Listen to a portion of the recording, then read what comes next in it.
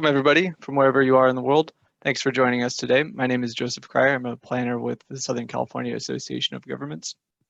And today you are joining us for our webinar, Up to Code, Hydrogen Station Permitting, Market Trends, and Zero-Emission Fleets.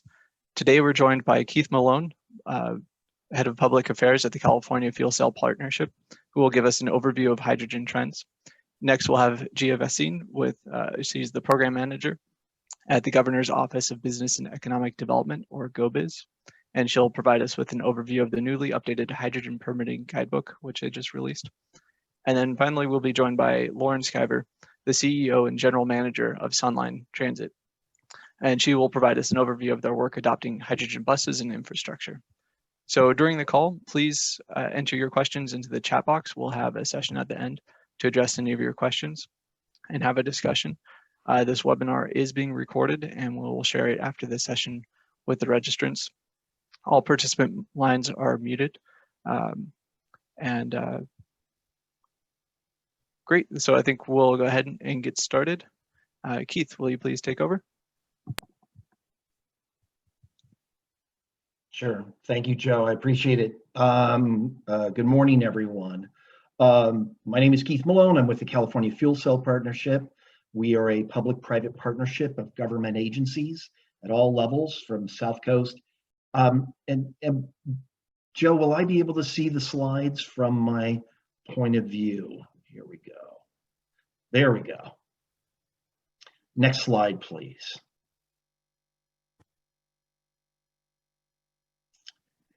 And so this gives you a sense of who the members are of the California Fuel Cell Partnership. Like I said, we have government members from South Coast AQMD up to California Air Resources Board, the Governor's Office of Business and Economic Development, all the way up to the U.S. Department of Energy. Our members include most of the major automakers of cars, buses, and trucks, including Honda, Toyota, GM, Nissan, and others. And we work with our members. We keep everyone talking to move hydrogen fueling infrastructure, and fuel cell electric vehicles further along the path to full commercialization. And I also want to point out in today's presentation that our membership, about half of them, work on both pathways. And so embedded in our DNA is the recognition that in order to get to a zero-emission future, you need both battery electric and fuel cell electric vehicles. Next slide.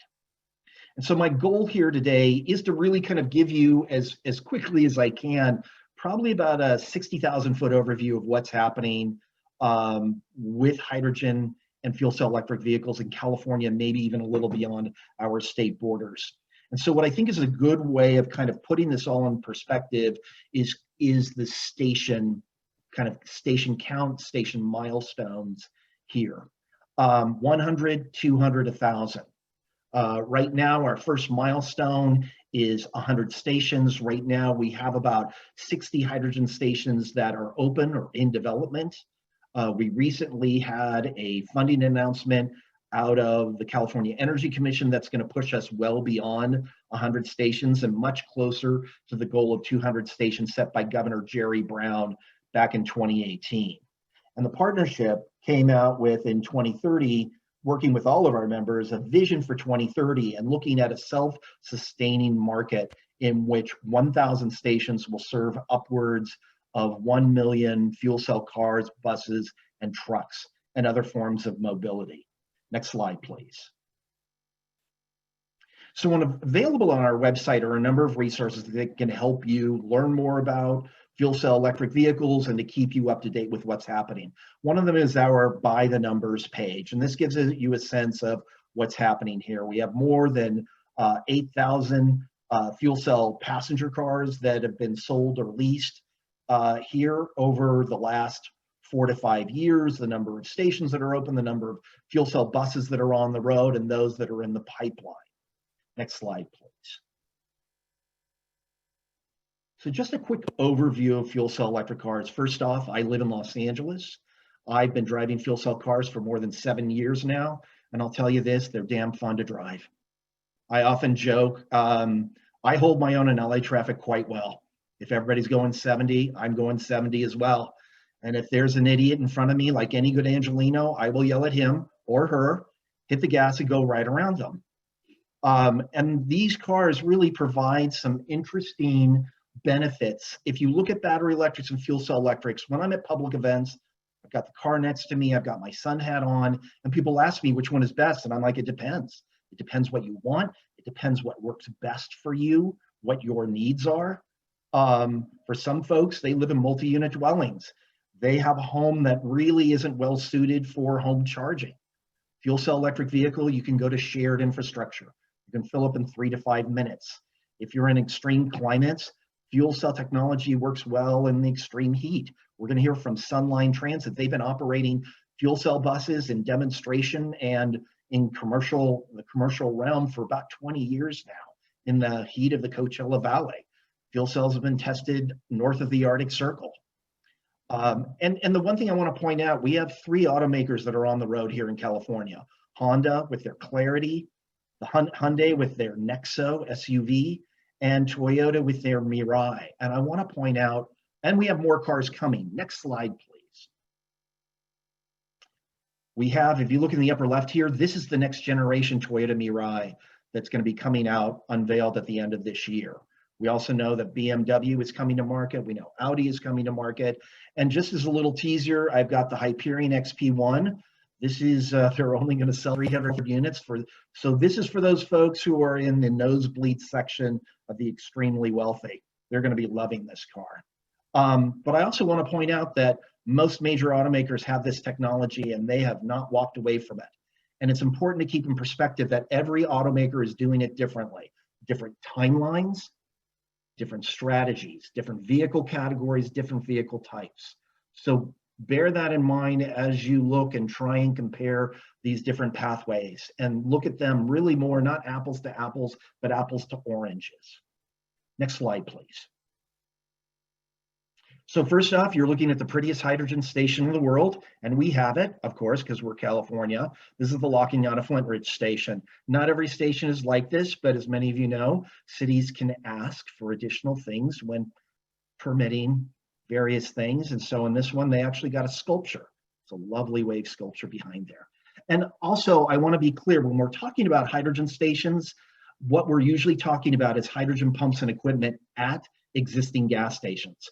Because the fueling for fuel cell cars matches the business case of gas station owners, it's well suited for those environments. Plus, it also gives gas station owners an on-ramp to the zero-emission economy, if you will. Next slide, please. And we have some resources on our website that help you find out where hydrogen stations are located.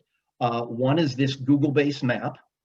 You can go in and you can select for the different kinds of stations you want, those that are open, those that are in development, those that are supporting buses, and those that will support trucks. On the lower left is kind of a smartphone-enabled web page we have for people who are looking for their stations. We collect the data from all of them, and it is shared with our members. So embedded within your Mirai or your Clarity, your Hyundai, is the location of the stations and their status. Next slide, please. So the early stations we had were about 200 kilograms. They served a certain number of vehicles over the last couple of years, and especially with this new funding that just came out 2 weeks ago, we're going to see stations that are 2 to 6 times the size. What you're looking at in the upper left is the new Fountain Valley station, which can fuel 3 cars at the same time. It has 4 fueling positions, but only 3 can fuel at the same time. But it's great to see it's a 1,200 kilogram a day station. And with these new stations, we're also seeing a drop in the price. So this station, developed by First Element Fuel out of Irvine, they dropped the price at this station and the one on the right by up to 25%. So we're starting to already see the cost of fuel come down. And the one on the lower left is a Shell station based in San Francisco. Next slide, please. So a lot of people aren't familiar with how you fuel, and I'm going to take you through this really quickly. So these are from these particular photos, and I'm not sure what those lines are, and I apologize. I think I may have, I'm not sure what that is. But that said, I'm going to go up to the pump. I'm going to turn off the car. You can see in slide number 2, it looks like a regular pump with all the regular data that you have. Number 3, that's my nozzle. And you can compare it to the other nozzle right below it. So you have 2 different kinds right now. One that looks similar to a gasoline nozzle, and the other one which is much simpler, that you just connect to the vehicle. And these are kind of what I call male-female connectors, like you have with a propane tank or with a natural gas vehicle. And I'm going to fill up in 3 to 5 minutes, and then I'm good to go. So it's a very easy, and with the newer nozzles, a much more friendly consumer experience. Next slide, please. So a lot of times we'll get questions about hydrogen and if it's renewable. Just like the electric grid, hydrogen is on a renewable pathway here and around the globe. At this time, a minimum of 33% of the hydrogen coming out of those pumps must be renewable. With the new low carbon fuel standard capacity credit, that amount goes up to 40%. And we're working in the background with a variety of stakeholders to put it on its final pathway to 100% renewable and zero carbon content. Next slide, please. So just to give you a quick understanding of what's going on in the US, we're seeing a lot of activity related to hydrogen, not just as a fuel, but also as part of the energy transition. Microsoft, for example, is now pursuing hydrogen as part of their efforts to power their data centers. Next slide. And if you look around the globe, other activity as well, Germany as well as the European Union recently released their hydrogen strategies. The game is on globally, and most every major country around the globe has a hydrogen strategy coming out of their government. Here in the US, we've come out with a private sector related US roadmap. And I foresee in California, we'll eventually be doing a hydrogen roadmap here. My personal prediction. So next slide, please. And I apologize for the pace of this. You can certainly go back, and you're more than welcome to follow up with me, obviously questions here, but also contacting me directly to learn more. In California, we've done what few other regions around the globe have done. We have put both trucks and buses on the zero emission pathway. These are some of the first categories around the globe to where we have said, you're going to be zero emission by 2040, 2045. Next slide, please. And certainly buses are part of this category as well. And Lauren Skyver is going to give you a little more detail about kind of at the local level and what actual transit agencies are doing to implement zero emission bus technology on site. Next slide. So I've talked really fast. I've tried to tell you just a little bit about what's going on. Here are some links that you can look at to give you kind of a better way to kind of dive in and learn more. At the bottom, I've included some specific web pages on our website to help you kind of keep in touch with what's happening with hydrogen and fuel cell electric vehicles. So I want to thank you very much for listening to me talk as fast as I can and as informatively as I can. So look forward to the Q&A. So I'm going to turn it back to you, Joe. Thank you.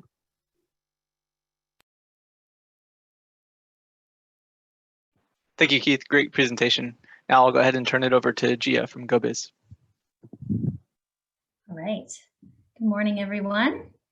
And I am Gia Vason. I am the Assistant Deputy Director of the Zero Emission Vehicle Market Development Unit at GO-Biz. And I'll just wait for our slides to pull up here. There we go. Thank you. Yes, so I sit in GO-Biz, which is the Governor's Office of Business and Economic Development. Next slide, please.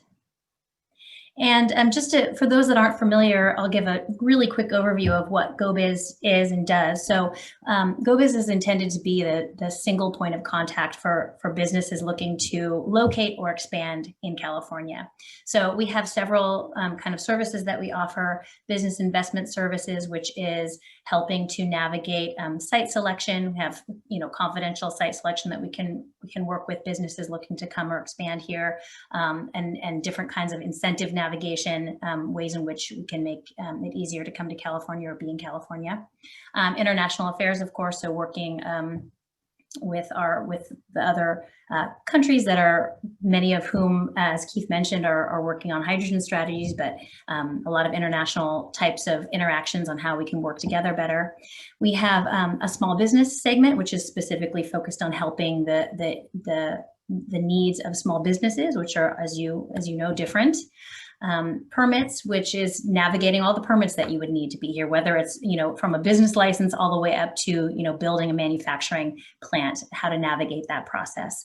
Of course, the Zero-Emission Vehicle Market Development Unit, and I'll say a little bit more about that in a moment. And then the infrastructure bank, the iBank, is also under GO-Biz, and that provides funding and financing various opportunities for businesses. So to the extent that either you are a business, or for those cities that are on the phone, if you think that the businesses in your jurisdiction could use any of these kinds of services, we provide all of this for free and have a really great team. So next slide, please.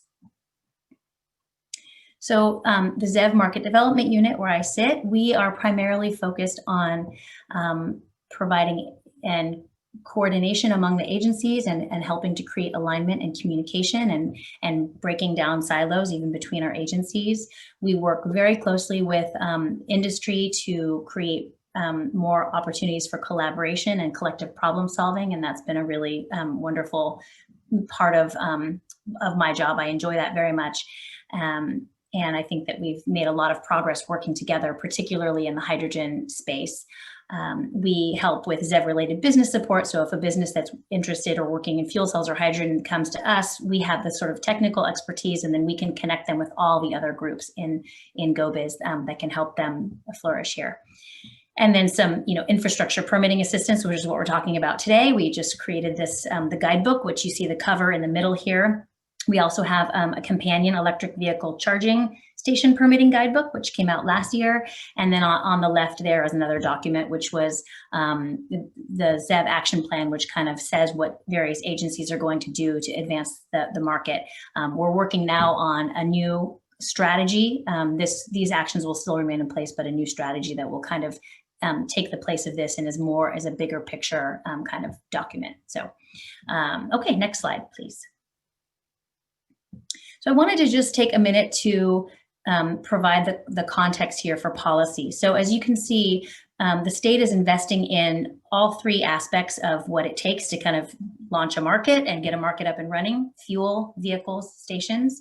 And this is fairly comprehensive for both, kind of all the way from light duty all the way up to heavy duty. So I'll let you, study this later if you wish, but this should give a pretty good overview of the various kinds of programs we have. I'm going to focus on stations. That's why we're here today, on the left. So we have the capital grants, which is what Keith mentioned in terms of this Energy Commission funding and the new stations that were just proposed for funding that came out a couple of weeks ago. And then the low carbon fuel standard was a game changer. It allows stations to generate capacity credit, so for the full capacity of the station rather than just fuel sold. And this has really helped enable the kind of allowing developers to start to tap into planning around bigger networks and starting to look at how they can really get some economies of scale going, which will drive down costs. So next.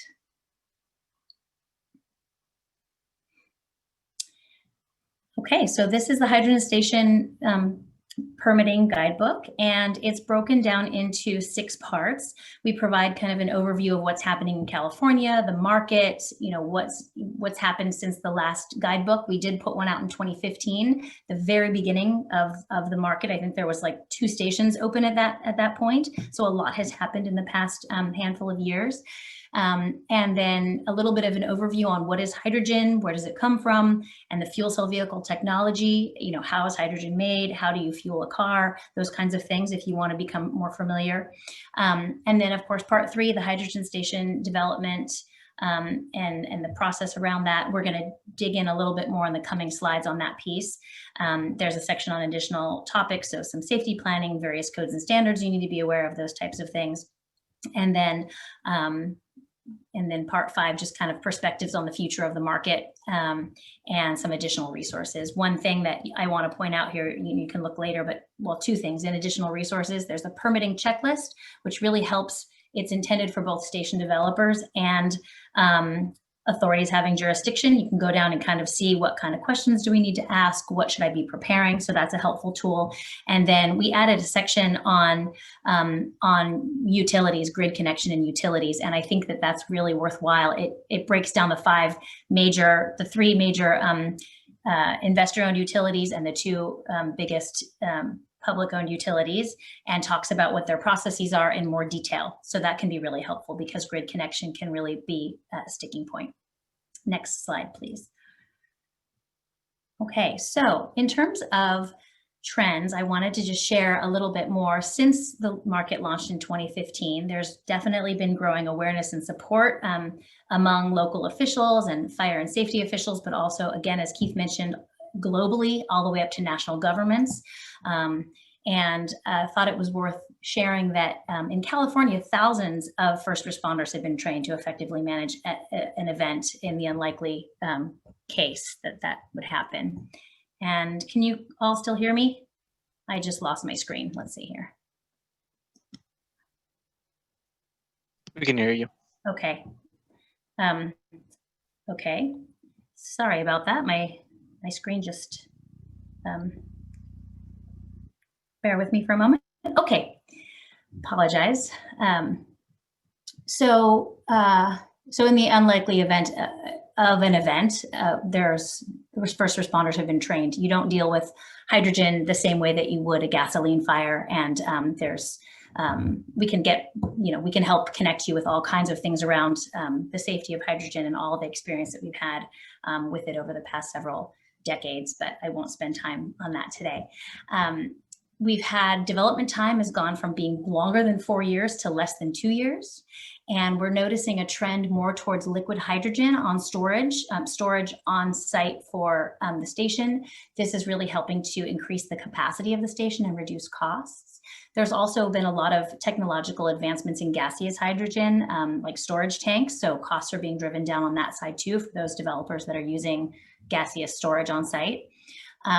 The network utilization is growing. We have several stations that are needing more than 1 delivery per day. They're exceeding what their capacity is. And so one of the things we learned early on, very, very early on, was, whoops, we should have built those stations bigger. So thinking about that now, as we heard before, the stations really are getting a lot bigger. There's been a 2-fold increase in truck and bus stations, and we're really seeing a lot more private sector investment coming into the market, which is a really good sign. I'll say a little more about that in a moment. Next slide.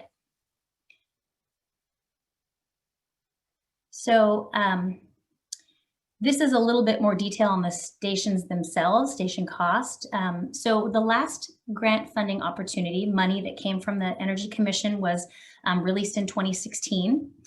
And in that time, we have seen a 3 to 8-fold increase in capacity at the stations. So as Keith said before, they used to be somewhere between 180 to 400 kilograms per day. The stations now are 1,200 to 1,600 kilograms per day. And as he mentioned, they'll also be able to fuel 4 cars simultaneously in the largest stations. We've seen a 40% decrease in station costs. And this translates to as a huge 80% decrease in the dollars per kilogram per day. which is huge. So 60% reduction in cost per vehicle enabled. So, you know, the cost per car for infrastructure used to be $6,000 per car, and now it's $2,400, somewhere around there. Also, as I mentioned before, we're noticing a lot more private investment coming into the market, which is a great sign. Just 4 years ago, the state paid for 70% of capital costs, and that has now flipped, and industry is bringing 70%. Also, we are seeing a we'll see a 20 to 300% increase in renewable content. So from 33% required to at least 40 to meet the low carbon fuel standard, and all the way up to 100% potentially. So First Element Fuel and Shell, who have more than half of all the stations in our network, they're already selling 100% renewable fuel, and that trend will continue to grow is what we predict and hope, and what we're really focused on and pushing for. Next slide, please. Okay, so there's 5 development steps. I won't spend time here. We're going to just spend a couple minutes on each of these steps. So we'll go to that now. Next slide, please. This is out of our guidebook, so you can study it later if you wish on the slide or in the guidebook. And it just gives an overview of what the development process is and what the kind of stated timelines are. On the bottom there, you'll see kind of planning and building review can be anywhere from just a day to maybe 6 months for each of those. What we learned from talking with developers and from looking at data is that it actually takes around 10.5 months to get through that, just the permitting process. We have now an internal target of making that 6 months for permitting. And so GO-Biz is working with stakeholders and local jurisdictions to reduce timelines and figure out more ways that we can streamline. That's generally the longest part of the process. Yeah, please feel free. This shows all the steps and who's responsible for it here. It's a quick overview. Next slide, please. So in the first phase, it's pre-application outreach, basically securing site control, which is getting your lease if you're, from the landowner, and establishing a good communication and permitting pathway with the local jurisdictions. I've put on each of these slides a couple of best practices and pitfalls. So we'll go through them quickly. First impressions matter, right? How we come and let me just say that I've noticed most of these best practices and pitfalls are a little bit more geared towards the station developer, although I think, and I know that we have several cities here, but I think it's good to be thinking about these things as well, and knowing that the station developers that are building stations in California now are real pros, and we got a lot of these best practices from them. So first impressions matter. I think making introductions and getting all aligned early on is important, and the earlier the better, I think, is what we learned. The earlier that you can get into talk with a jurisdiction and get the process going, that will help prevent delays later on. So, and then figuring out what could delay permitting early on is a good step. So we've heard from a couple of developers that maybe the pre-application meetings are not quite as necessary anymore, because everyone's getting a little more familiar. I still recommend it can be different staff. We still recommend this. And in fact, it was required to submit under the last grant funding opportunity to have had these pre-application meetings. Next slide, please. So in phase 2, here's where we do the planning review. And in this stage, we get to planning approval. This can often be the most time-consuming step. Here on this first bullet, it shows basically what happens in these. I think in the interest of time, I will skip over kind of the detail of that. In fact, I imagine that many folks on the line are already kind of familiar with that, but happy to talk more about it later. Some best practices in planning review here. Make sure that you're thorough, but don't overload a department with information that they don't need. Really understand some of the parking and site circulation requirements. That can be a real hiccup sometimes and create a lot of back and forth. Plan for noise. Stations can make different kinds of noises that are unfamiliar and sometimes can be a little bit louder than you might think. So we've really encouraged station developers to be aware of that, maybe take a baseline noise assessment beforehand and really be prepared to think about how to mitigate those kinds of things. Also, utility connection and design, or the design and the installation can really stall a project, and it has in some cases, especially when a utility is backed up. There isn't, just because it's a ZEV infrastructure doesn't mean it gets to jump the queue. So really engage early. That is, I don't think I can stress that one enough. And we'll go to the next slide, please. So the building review. So this is getting to approval to build, right? We have complete and detailed plans.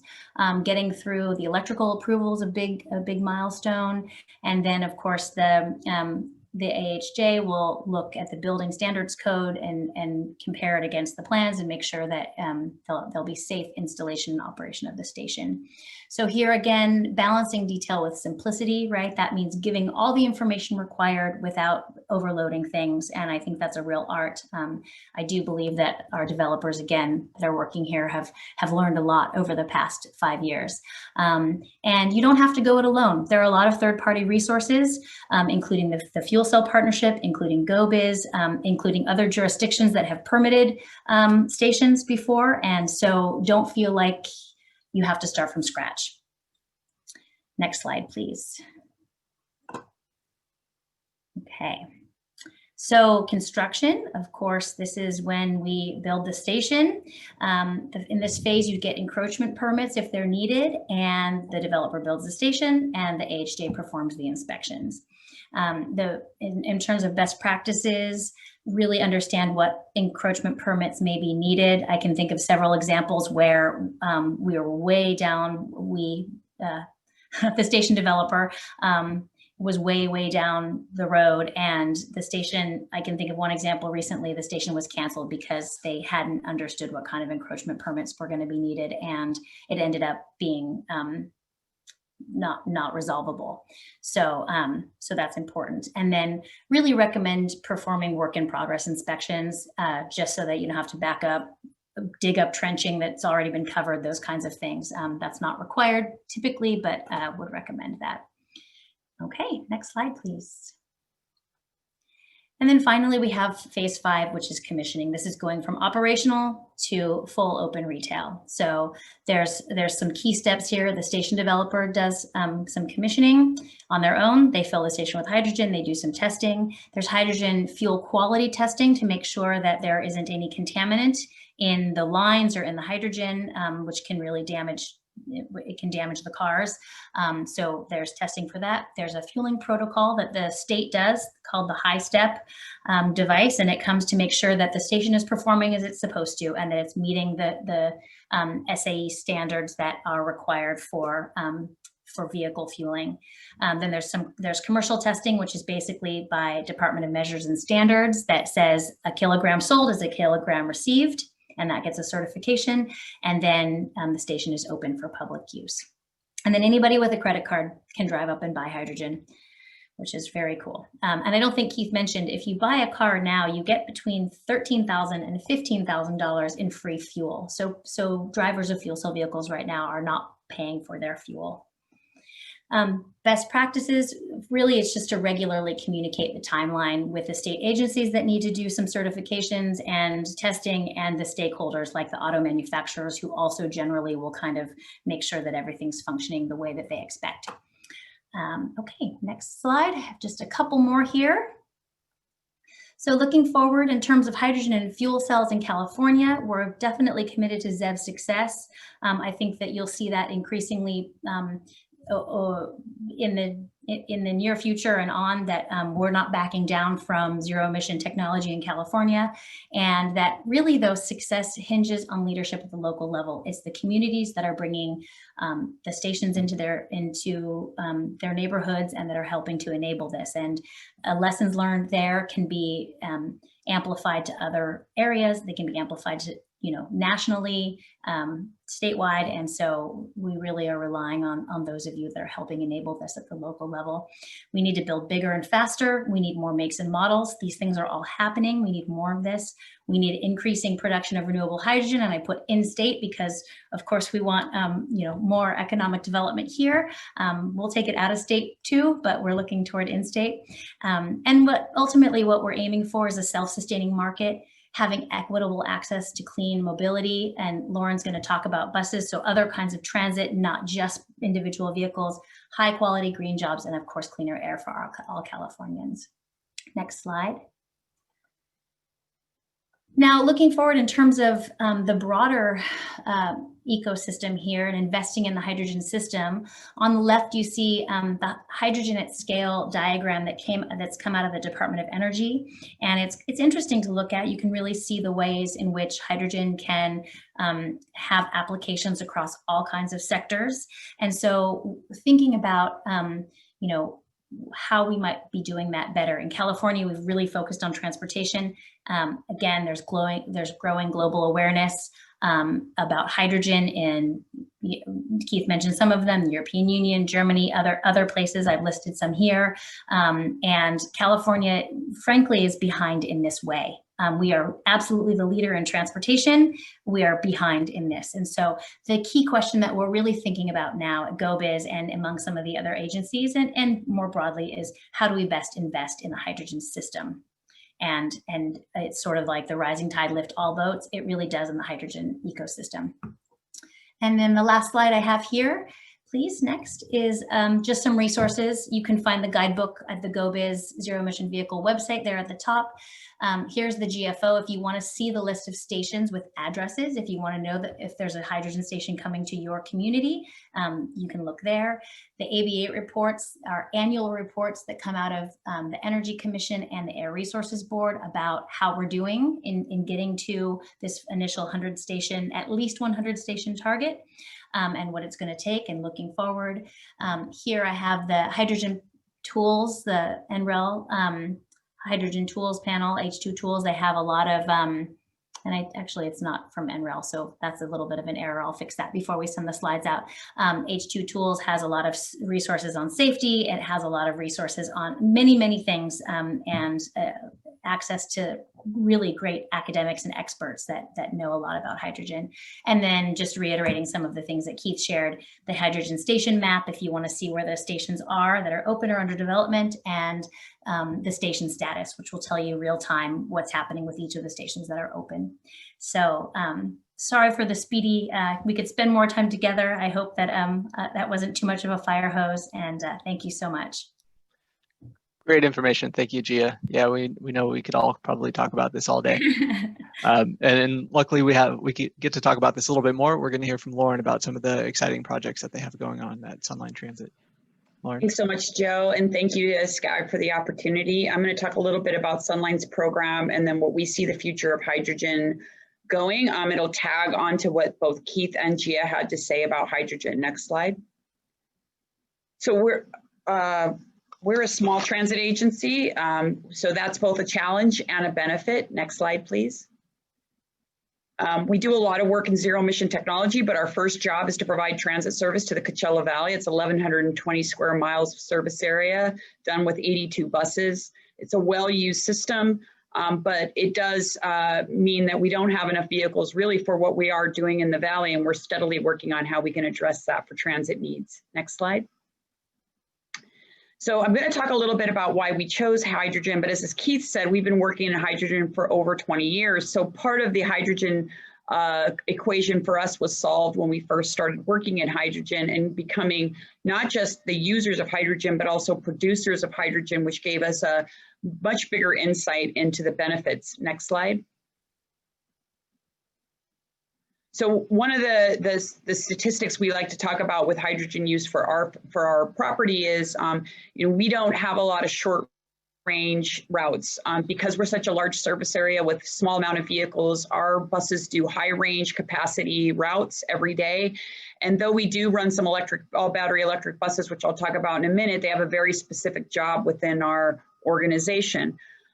We also find that hydrogen has a benefit in the way that we fuel buses. And so hydrogen is fuels just like our CNG vehicles. There's no change to the way our utilities, technology technicians, nor our operators interact with the vehicles, which is a benefit to us. Fueling is time, fueling is money. And so fleet operators need to look at how they're currently using their property and using their fueling infrastructure when they're thinking about a zero emission technology platform to move forward to. I think one of the biggest factors for us is the 1-to-1 replacement ratio we see with fuel cell buses versus all battery electric. Because I had mentioned range and range needs in our agency are high, we know that we would need a 2-to-1 range replacement at least if we were to choose all battery electric as our platform for a full conversion to zero emission technologies. You heard Keith talk about our challenging terrain. This summer has been no joke. I mean, it's still going to be 108 out here into next week, and fall started, yesterday? So the temperatures here are challenging, and the terrain that these vehicles must work under is very challenging as well. And then vehicle weight also plays a part into our decision. Next slide.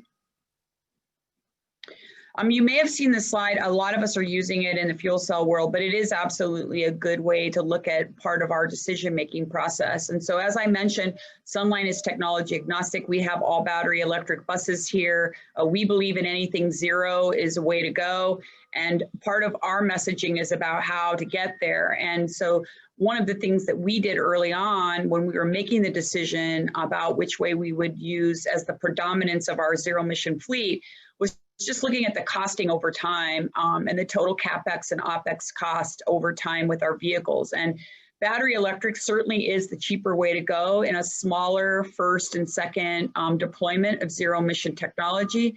The problem we saw with battery electric is as you go to full conformance, the costs go way up. And we're a small property. When you magnify that on a larger fleet, and this is not just transit fleets, but private fleet operator, the cost even go up more. And so that was one of the things we used in our early on planning for the ICT rule and the conformance, was looking at overall costs, not for today or for a project we could put in today, but over time and into the next 20 years, what would our costs look like? Next slide.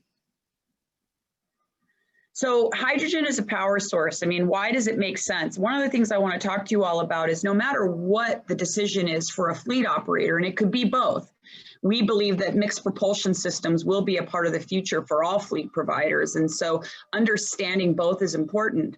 But one of the things we're looking at is hydrogen, is we believe hydrogen will have a play in even electricity production for all battery electric fleets. And understanding hydrogen and its powerful capabilities is important for the marketplace. These are some bullets about hydrogen as a power source that you may or may not know, but it does not produce greenhouse gas or particulates. Now remember, we have to talk a little bit about the source energy for hydrogen production as well, but there are opportunities to create hydrogen that are renewable. Fuel cell efficiency is higher, and then once you recycle the waste heat, it's even more efficient. And so again, these are ideas and research we did when we were thinking about where would we go as a zero emission platform. And if you're a fleet or a transit agency, this is not in your wheelhouse of usual thinking.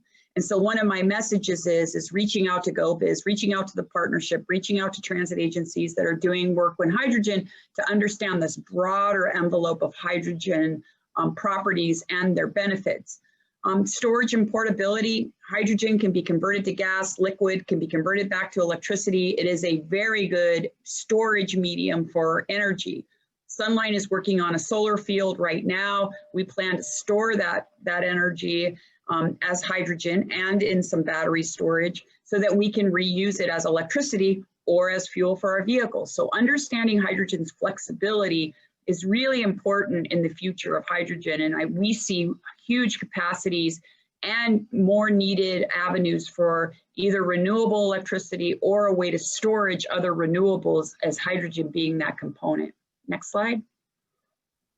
So this is just a slide, and Shell put the slide together. What I want you to pay attention to is that source, which is shown in this slide, is natural gas and can be natural gas for a steam methane reformer or other forms of hydrogen production, could be replaced with a renewable source. But looking at a fuel cell as this distributed energy provider for a household, a business, or your fleet is really what we're looking at as an organization. How will we use hydrogen to be that median of storage or that median of clean electricity production that we believe could be the future of hydrogen? So if you're a transit organization and you want to do all battery electric, that could be a great way to go depending on your organization's variables and components. But you might need to think about how would you be producing electricity from a resiliency standpoint and from a size standpoint that would look at hydrogen as being a component of that. Next slide.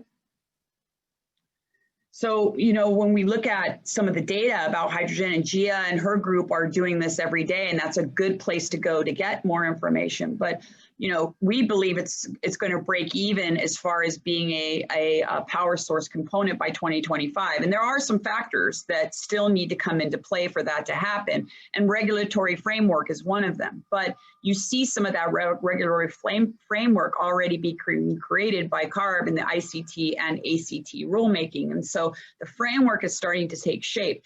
Now it's energy prices and infrastructure and these lower cost infrastructure configurations that need to be accelerated for us to continue to move.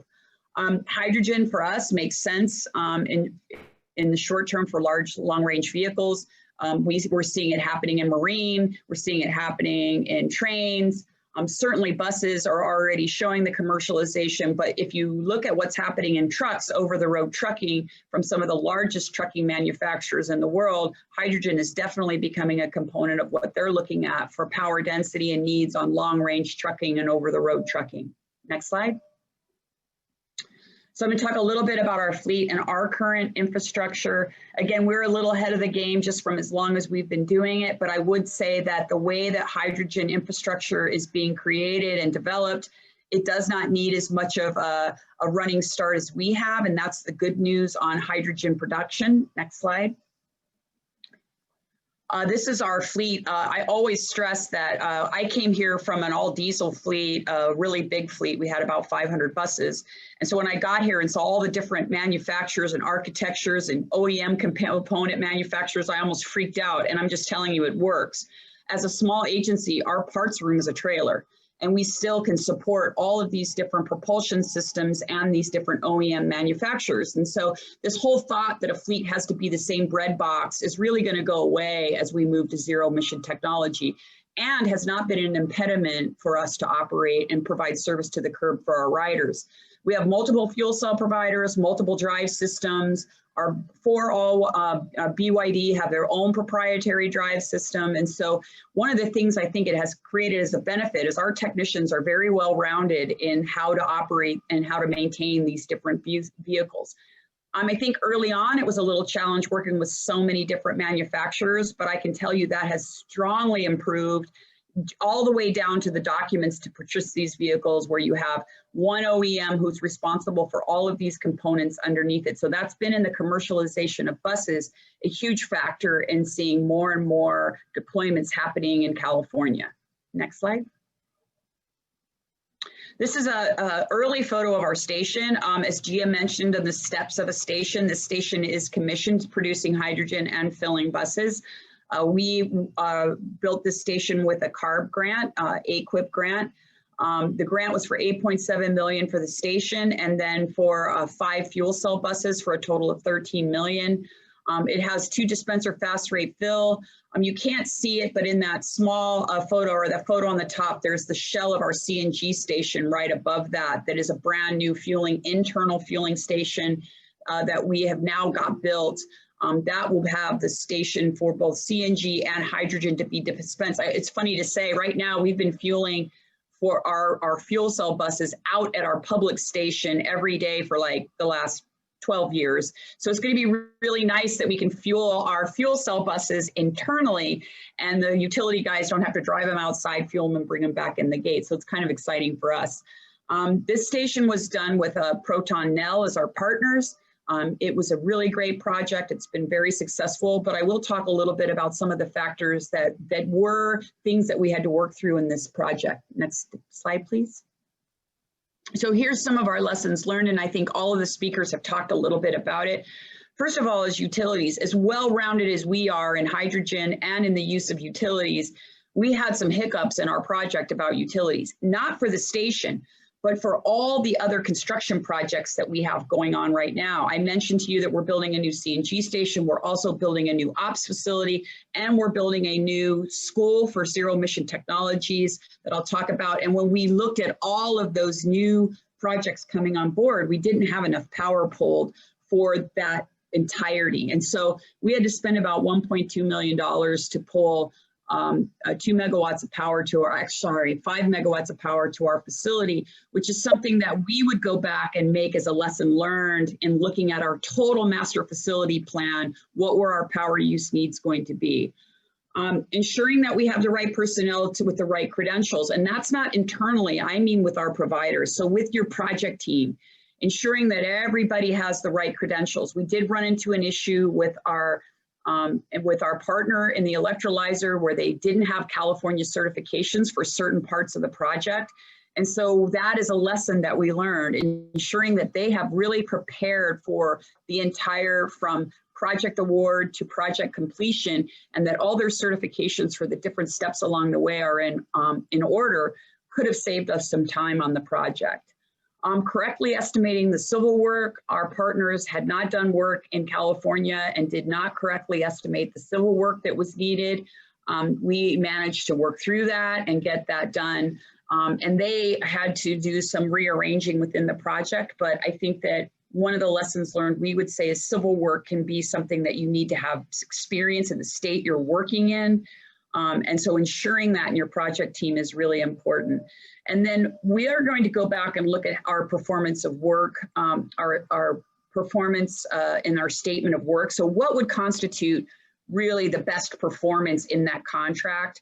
I think that when we've had hiccups in production at our station, we would have looked at a cost per kilogram performance metric for our provider, and that would have helped us manage sort of the cost of production during the commissioning process.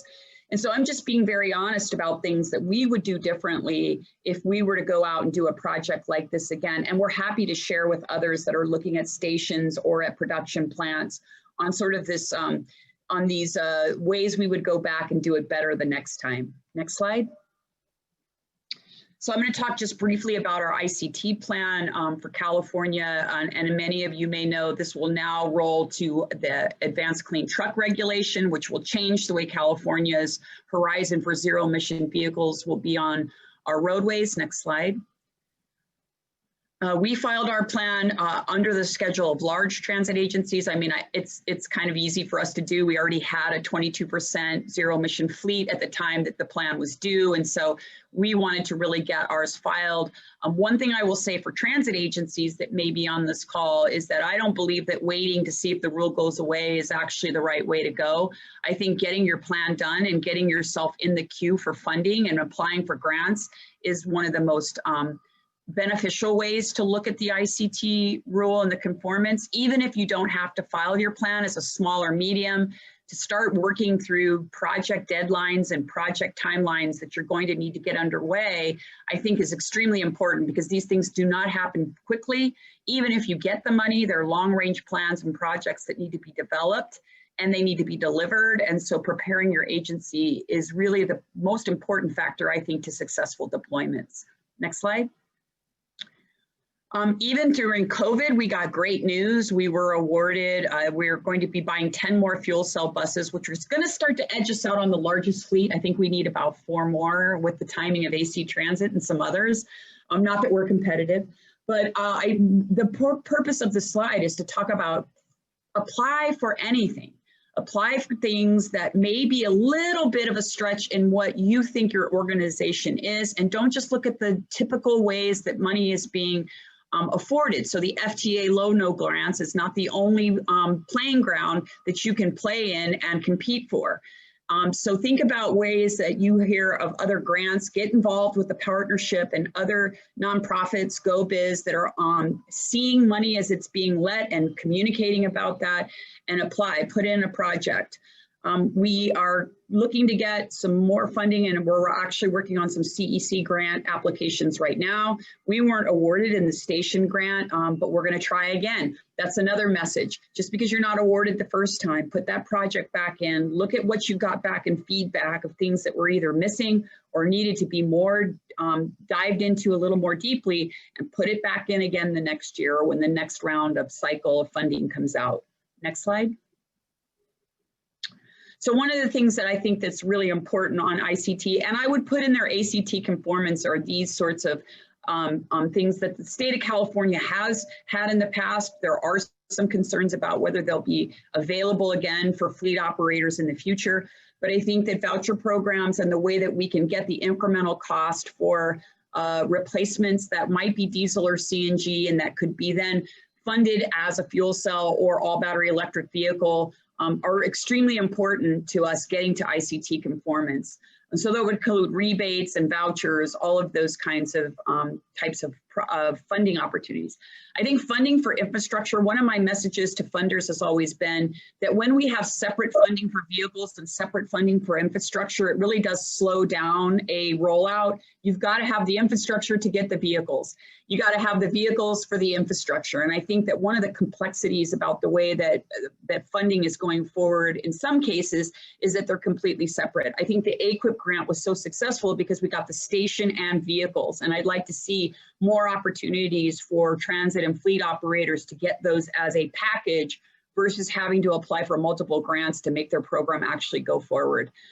State and federal discretionary grants and competitive grants have to be, that should actually say competitive, because you know the discretionary grants have been gone by the wayside for a long time.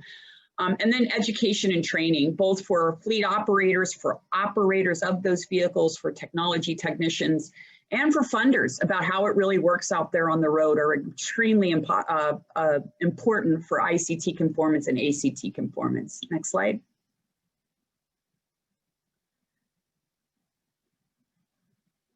Next slide, there we go. So really quickly, I always put a shameless plug in for the school that we're building. We believe that not only is there real benefit in zero emission technologies and that this California is really supporting those, but there's a real opportunity for workforce development and jobs. And actually there's a requirement that's going to come about where we're going to have a lot of people who may have worked in a fossil-based technology that are going to need to be retrained in order to operate and maintain these vehicles. Next slide. So, you know, we need to provide that pathway, and we need to attract also a new generation of technology technicians. This is going to be the trade school of the future, in our opinion. We will be building this on our facility. We do have curriculum already developed, and we're working on more curriculum. This is not just a transit facility. We see that anything that's zero emission based and rolls on the road or off road could use this facility as a training center, and we're actively working on that. We have to be ready for the green jobs that are going to be available, and that's going to come from also creating a workforce that can move to that and create a new way that people can either transition their employment to zero emission technologies, or, as we know from millennials and others who care about the environment, attract people to these jobs by talking about the clean propulsion systems that they provide. Next slide. I think that I'll leave you all with what we think makes a successful ZEB deployment. And the first thing it is a mission and a focus. If you don't know what you're doing and where you're going, it makes it really hard to get there. And so talking about what your organization is trying to do, what can you do, and what can you do with help is the first step in a successful zero emission deployment. And that's whether it's one vehicle or 50 or 100. Understanding what you are as an organization, who you are, and what you're trying to accomplish for either your riders or those that you serve is extremely important. I would say the facilities master plan is the next really important document to be working on. Where will you put things? Where would you put a substation if you had to run it for power? Where would you put production for hydrogen? Do you have the real estate available to do that? And really understanding the relationship with your utility providers. Internal champions, can't say enough about it. I have folks here that know more about a hydrogen molecule than I would put up against a PhD at UC Irvine. And I joke with Jack Brower and the group all the time about that, so it's okay to say. And then investing in training. Technical training is super important. I can't stress enough about the fact that you can't just bring a vehicle and drop it off to your maintenance shop and think that people are going to embrace it and want to see it work on the road. And so those sort of pillars are things to think about as we're moving towards bigger and larger deployments of zero-emission technologies. Next slide. These are the folks that are working with us on our advisory board for this center. So we're not just doing it alone. I think Gia talked about the fact that you can always get help. We're getting help with making sure our training makes sense and is really what the industry needs. And these are the folks that are helping us do that. And my last slide, next slide, has my contact if anybody's interested in what we're doing here. I do want to tell you that we're about to embark on another project to create potentially 900 kilograms more of hydrogen, which would give us 1,800 kilograms at our fingertips. We plan to build a station for trucks, light duty and heavy duty vehicles. And so that's the next paradigm we're working on at SunLine. Thank you so much for the time today. Thank you, Lauren. Really inspirational. We're going to stay on for just a couple more minutes for the folks who have time so we can conclude and answer a couple questions, and then we'll close out the webinar. So just wanted to note, thank you to all of our speakers, Keith, Lauren, Gia. I think you all paint a really bright future for hydrogen, and you really bridge the gap between the big picture vision and actual implementation. So this is not just something that we have as a goal that we'd like to do, that we'd like to promote, that this is something that's going to happen way down the road, but this is actually something that's been in the state for a number of years, decades even, as Keith pointed out in the chat, and that it's only going to escalate or accelerate. We're only going to get more of this infrastructure and more of these vehicles in our state, and we're looking forward to that. So thank you all for being resources. You all shared your contact information, I believe, in your slides, which will be sent out. So I encourage viewers, if you have questions, our speakers said that they'd be happy to follow up with you if you have any questions for them about projects in the future. So real quick, we'll turn to the questions, and you can feel free to enter them in before we close out. We just have a couple. So one of the questions is, are most stations co-located at gas stations? And do you have examples of standalone hydrogen stations in the state? Yeah, I will take that. Yes, the vast majority of stations are at existing gas stations. And there's a couple of reasons for that. One is that vehicles are already going to those locations. They're sort of strategically located. Also, often that helps with the CEQA, right? They have kind of a negative declaration that would happen, or there isn't a kind of a CEQA review typically required with that. And there are also examples. A station in San Ramon is one example that was Greensfield, and it's at a Toyota facility there, but it's public. And there are, I guess, probably a couple of other examples, but the vast majority are at existing gas stations, and those that are proposed going forward are all at existing gas stations as well. Okay, great, thank you. Another question is liquid hydrogen cryogenic? Yes, it is. Great. All right. And then our last question that I saw in the chat box is, it's a permitting question. Does hydrogen require a separate fire permit as well as a typical building and safety permit? It does have to go through fire department review and sign off. So that's one of the steps in the process there during, I guess it would be during, sometimes it's runs in parallel. It can happen while the receiving during planning review. Other times it needs to happen once the full building package has been submitted, but it does have to have a sign off, yes. Okay, fantastic. Well, that does it for our questions and our presentations today. Thank you again to our speakers, and thank you so much to our participants. And like I said, feel free to follow up and have a great rest of your day. Thank you all. Take care.